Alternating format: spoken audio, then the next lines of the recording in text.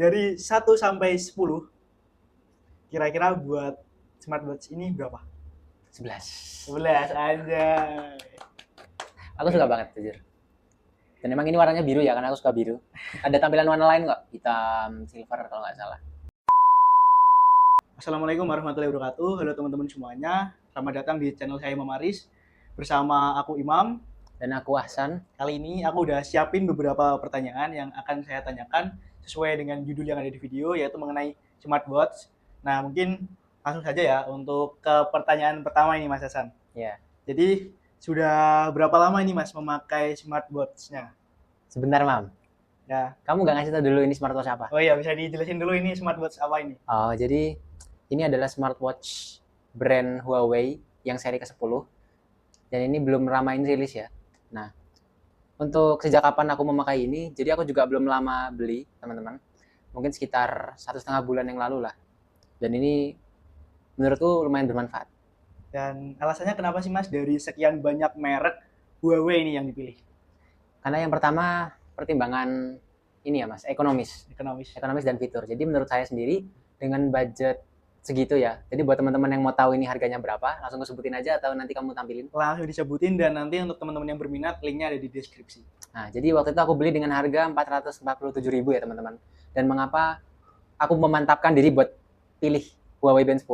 Karena dari review-review di YouTube juga, menurutku dengan harga segitu, ini fiturnya lumayan lengkap. Dan yang nggak muluk-muluk banget lah. Maksudnya muluk-muluk gimana? Ini fiturnya tuh mudah dipahami. Misal, di sini dia ada penghitung langkah, terus dia juga bisa nge-tracking kualitas tidur kalian. Nah, kalau dari aku sendiri, aku memang pengen tahu seberapa sih kualitas tidurku. Nah, jadi menurutku dibanding semua brand-brand lain, yang menurutku terjangkau dan ada fitur itu ya ini teman. Oke. Huawei Band 10 ini. Wis, mantap nih. Nah, dari yang sudah Mas Hasan sebutin ya, tadi mulai dari tracking, terus pengingat waktu tidur, atau pemantauan kualitas tidur. Nah, fitur apa nih yang paling sering dipakai dan paling favorit? Seperti itu. Kalau yang paling favorit tentu yang udah saya bilang tadi ya teman-teman, yaitu tracking tidur. Kenapa? Karena setiap bangun tidur, karena setiap sebelum tidur jam tangan ini harus saya pakai. Supaya apa? Nanti ketika bangun tidur itu di fitur ada di sini tampilannya yaitu pemantauan tidur, skor tidur dari smartwatch ini bakalan ngasih skor seberapa berkualitas tidur kalian. Ketahuan nanti ya. Ya, yang ditampilin apa aja? Yang pertama itu durasi tidur nyenyak kalian, terus durasi tidur ringan, tidur REM, dan yang terakhir yaitu apakah selama kalian tidur itu sempat bangun atau tidak. Nah, kalau dari tampilan di jam tangan sendiri, itu yang muncul hanya durasinya seberapa lama kalian tidur.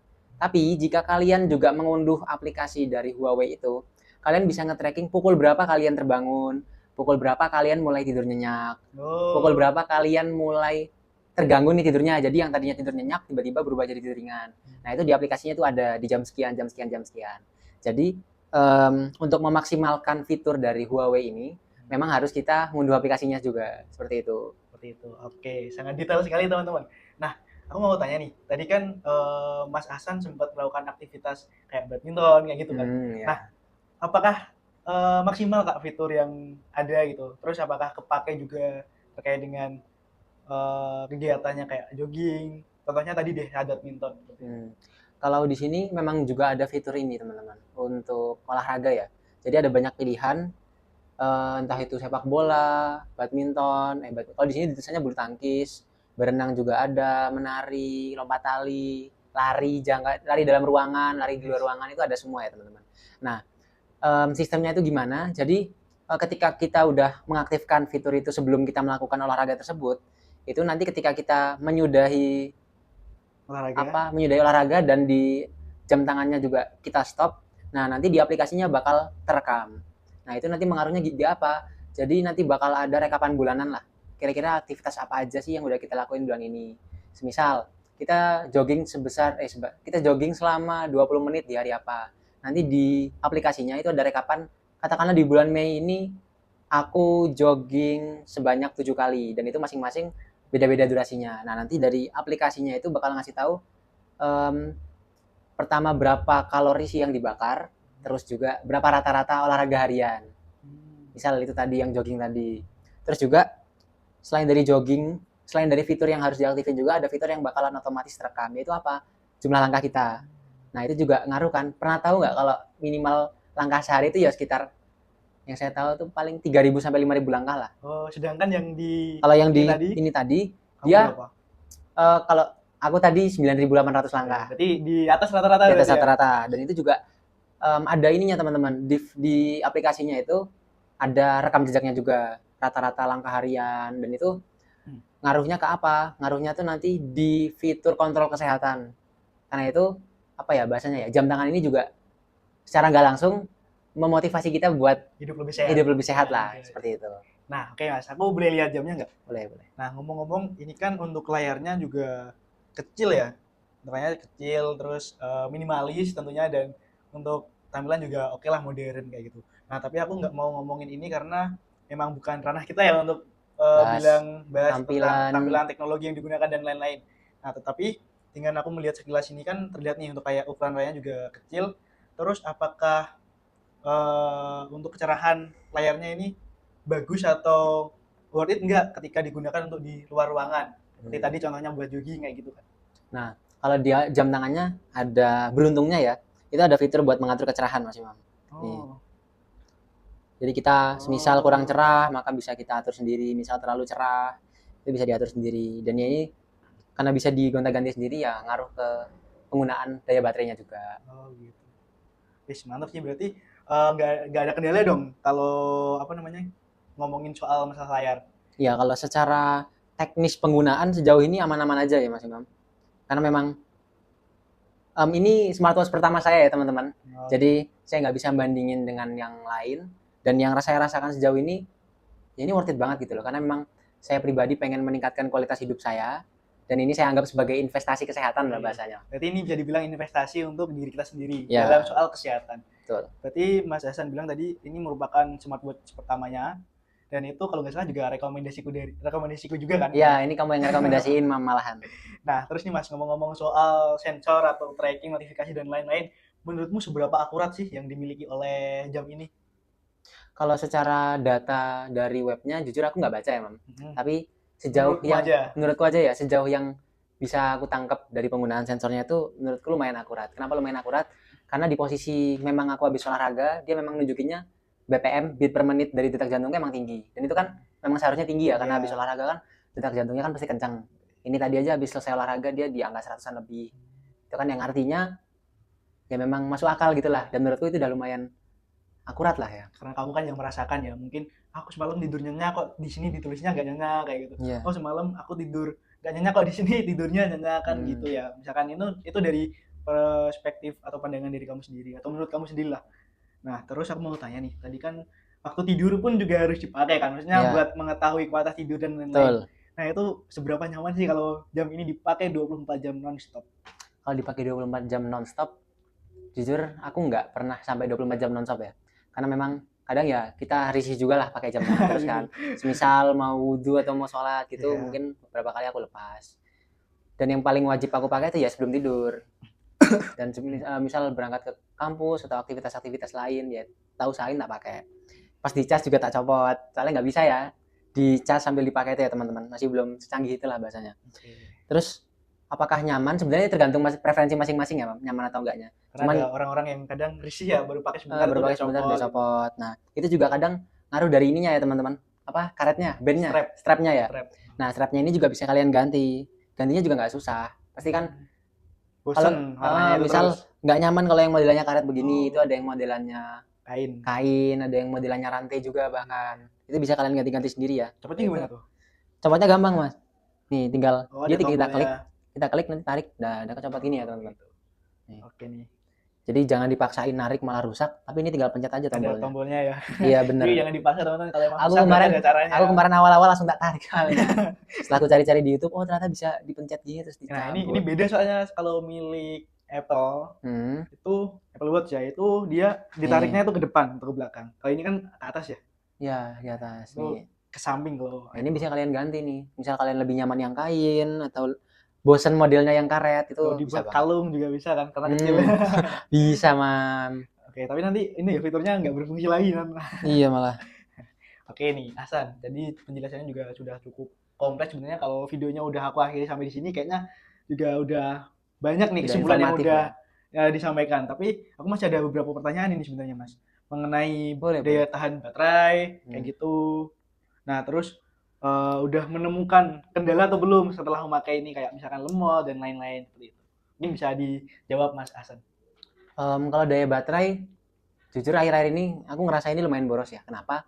Kalau menurut analisisku juga, aku selalu nyambungin ini ke Bluetooth di HP. Dan mengapa bisa jadi boros? Karena notifikasi WhatsApp itu masuk ke sini juga. Jadi itu boros banget kan, muncul dan dia bakal setiap muncul tuh bakal geter. Itu kan otomatis ngurangin baterainya ini kan lebih cepat. Nah, itu sebenarnya bisa kalian atur sendiri ya, teman-teman. Mau ngeluarin notifikasi apa aja di sini.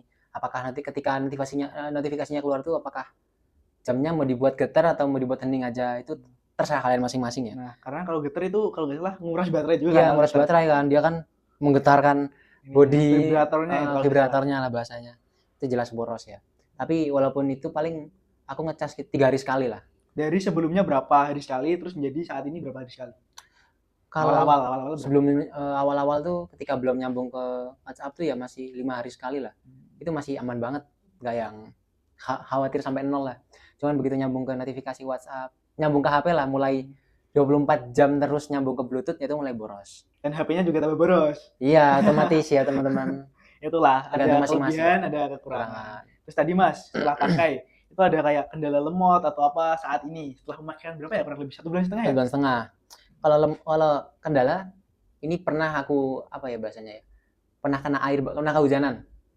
Pernah kehujanan dan sekarang aku ngerasa lemot ketika mau ganti tampilan layar. Ini Mas Imam bisa cek sendiri ya.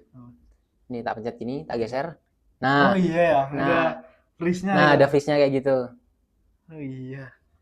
Nah, Dia ada kayak sedikit lag-nya gitu ya iyalah, teman-teman. kalau menurut kesimpulanku mungkin kemasukan air sedikit ya karena kehujanan. Aplikasi apa aja sih yang kamu rekomenin atau yang kamu mau tunjukin gitu ke teman-teman yang mungkin belum punya atau belum tahu? Jadi di sini nih, ini kualitas tidur hari Sabtu. I'm sorry. Hari Sabtu itu berarti hari ini ya. Kemarin berarti. Mulai tadi pagi. Nih. Jadi di jam 00.04 sampai 00.13 aku tidur rem. Terus mulai 0.13 sampai 0.50 tidur ringan. Terus tidur rem lagi, tidur ringan, terus kemudian tidur nyenyak. Bentar banget cuma 8 menit. Bahkan sekitar 8 menit aja jamnya bisa ngedeteksi, teman-teman. Jadi menurutku ini akurat ya kalau secara sensornya nih. Kebangun jam 2 dini hari, 3 menit kebangun. Walaupun aku nggak ngerasain, tapi jam ini bisa tahu. Terus dan ini ketika aku tidur dan aku bangun, aku selalu ngeliat jam. Dan emang yang mereka catat selalu sama persis, Mam. Jadi ketika bangun aku ngeliat jam, aku bangun jam 5:30. Dan aku ketika ngeliat rekor tidurku memang di sini tulisannya 5:30 tuh. 5:30 aku baru bangun. Jadi yang kamu bilang tadi kayak kenapa kamu berani bilang kalau ini akurat? Akurat itu karena itu salah tadi. satunya ini ya, rekaman tidur ini, rekam data tidur lah bahasanya. Terus juga ada yang detak jantung. Nih pernah rendah ini kayak pas tidur.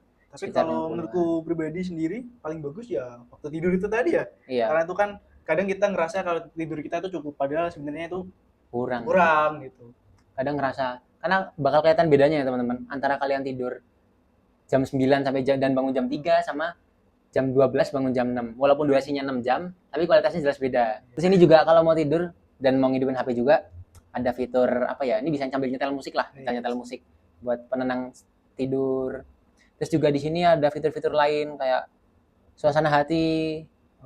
Itu ada nilainya, itu ada stress level lah bahasanya. Jadi kamu tahu dong kalau aku kok lagi nggak mood, aku lagi stres, aku lagi happy. Jadi dia tahu juga gitu. Iya, dia bisa nge-tracking lah. Nih ada mana ya? Ada grafiknya juga bahkan di sini. Kalau aku pencet. Tuh di pukul sekian aku merasa normal, nanti aku merasa stres tinggi pas kapan. Kapan coba? Kamu stresnya kapan coba? Ini jam 4 sampai jam 4:30 tadi aku ngapain ya? Oh, rapat sorry. Rapat ya. Rapat sama BEM tuh. Rapat BEM tadi. Dengerin ya BEM ya. Netral tuh. 30% senang, 70% netral. Netral ternyata perasaannya. Menurut Mas Hasan nih, Mas Hasan kan sebagai mahasiswa ya. Saat ini sebagai mahasiswa. Nah, nanti yang penasaran juga Mas Hasan ini mahasiswa apa?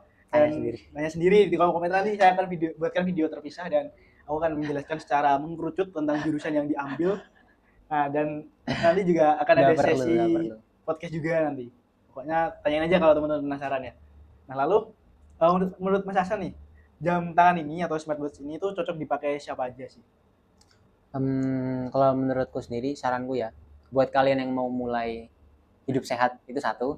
Terus buat kalian yang apa ya bahasanya, ngerasa, maksudnya yang punya masalah kayak aku juga ngerasa kalau tidurnya nggak baik-baik aja, itu mungkin bisa nyoba pakai teknologi inilah bahasanya. Nah, terus kalau mungkin rentang usia Bebas ya?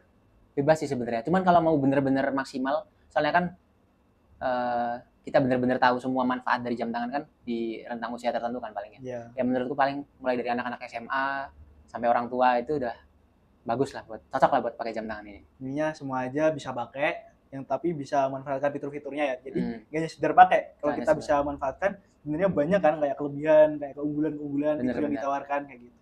Nah, oke, pertanyaan terakhir. Dari 1 sampai 10, kira-kira buat smartwatch ini berapa? 11. 11 aja. Aku suka banget jujur. Dan emang ini warnanya biru ya, karena aku suka biru. Ada tampilan warna lain kok, hitam, silver kalau nggak salah. Itu ada.